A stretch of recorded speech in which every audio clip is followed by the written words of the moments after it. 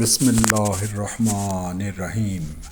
سبحان اللہ رب العالمین والصلاة والسلام علی خاتم الانبیاء محمد مصطفیٰ صلی اللہ علیہ وآلہ وسلم۔ بسم اللہ الرحمن الرحیم۔ الحمد للہ رب العالمین الرحمن الرحیم مالک یوم الدین ایاک نعبد و ایاک نستعین اہدنا الصراط المستقیم صراط الذین انعمت علیہم غیر المغضوب علیہم ولا الضالین آمین۔ خواتین و حضرات السلام علیکم۔ ہم سورہ المائدہ کا مطالعہ کر رہے ہیں۔ آج انشاءاللہ ہم 96 آیت سے لے کے اور 100 آیت تک کا مطالعہ کریں گے۔ 95 آیت میں اللہ تعالیٰ نے جب احرام کی صورت میں لوگ حرم کی طرف جا رہے ہوں تو وہ شکار جو ہے اس کو منع فرمایا تھا، اور جو اس طرح شکار کرے گا اس کو کفارہ ادا کرنے کا حکم عطا فرمایا تھا، اور اللہ تعالیٰ نے فرمایا تھا کہ اللہ تعالیٰ کے احکامات کو چھوٹا نہ سمجھا جائے، کیونکہ اللہ تعالیٰ بہرحال بہت عظیم ہستی ہیں اور طاقتور ہیں انتقام لینے میں۔ سورہ المائدہ 96 آیت میں اللہ تعالیٰ کا ارشاد ہے، تمہارے لیے دریا کا شکار پکڑنا اور اس کا کھانا حلال کیا گیا ہے تمہارے فائدے کے واسطے اور مسافروں کے واسطے، اور خشکی کا شکار پکڑنا تمہارے لیے حرام کیا گیا ہے جب تم حالت احرام میں رہو، اللہ تعالیٰ سے ڈرو جس کے پاس جمع کیے جاؤ گے۔ تو خواتین حضرات، جو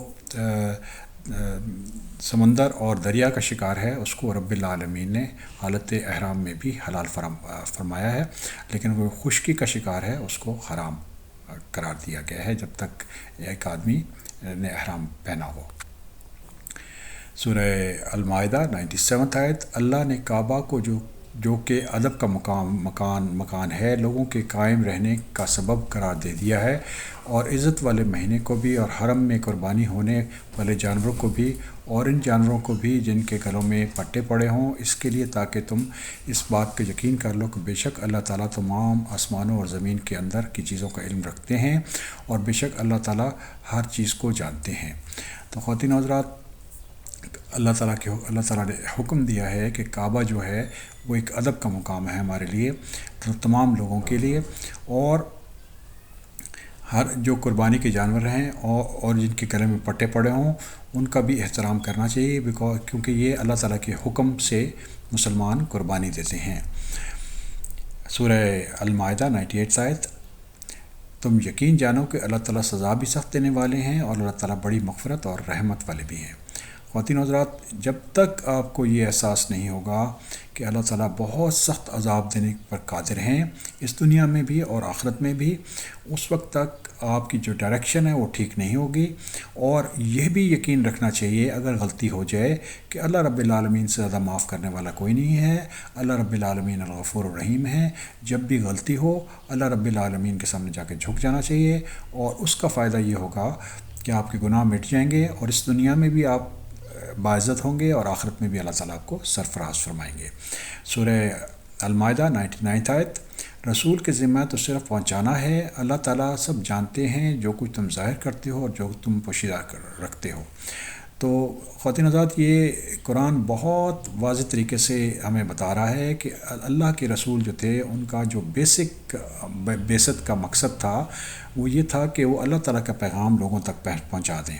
اللہ کے رسول کو اللہ تعالیٰ نے کسی پہ وارڈن نہیں بھجوایا تھا کر کے بھجوایا تھا، لیکن اپنا پیغام پہنچانے کے لیے بھجوایا تھا، اور اس پیغام کو آن گراؤنڈ امپلیمنٹ کرنے کے لیے بھجوایا تھا۔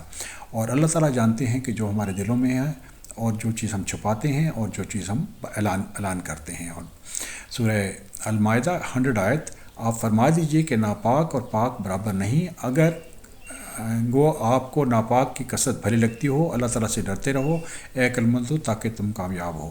خواتین و حضرات، اللہ پاک نے یہ بہت واضح ارشاد فرما دیا ہے کہ جو طیب چیزیں ہیں ان کا استعمال کرنا چاہیے۔ بے شک جو خبیث چیزیں ہیں وہ انسان کو اٹریکٹ کرتی ہیں، اس کے نفس کے سے بھی، اور شیطان بھی اس کو اس طرف لے کے جاتا ہے، لیکن ہمیں طیب چیز کی طرف جانا چاہیے اور اللہ تعالیٰ کا تقوی اختیار کرنا چاہیے۔ جو آدمی بھی ایمان جس کے پاس ہوگا اور جس کے پاس اللہ رب العالمین کا تقوی ہوگا، یقیناً وہی فلاح پانے والا ہوگا۔ الحمدللہ رب العالمین۔